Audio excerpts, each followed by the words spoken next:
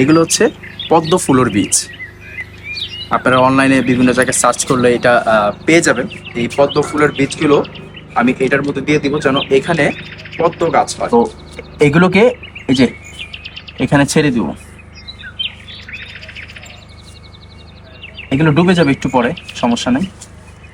আর এখানে কিছু live plant দিয়েছি।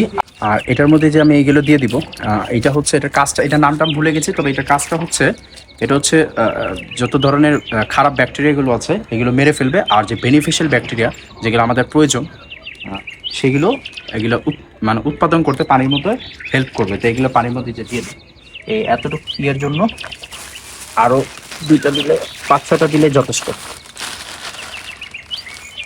এই তো,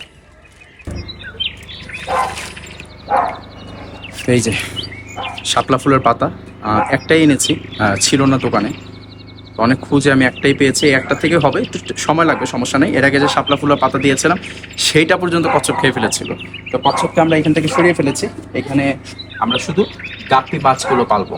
হুম, শুধুমাত্র গাপ্পি মাছগুলো পালবো, কারণ গাপ্পি মাছ আপনারা জানেন যে প্রচুর পরিমাণে বাচ্চা কাচ্চা করে।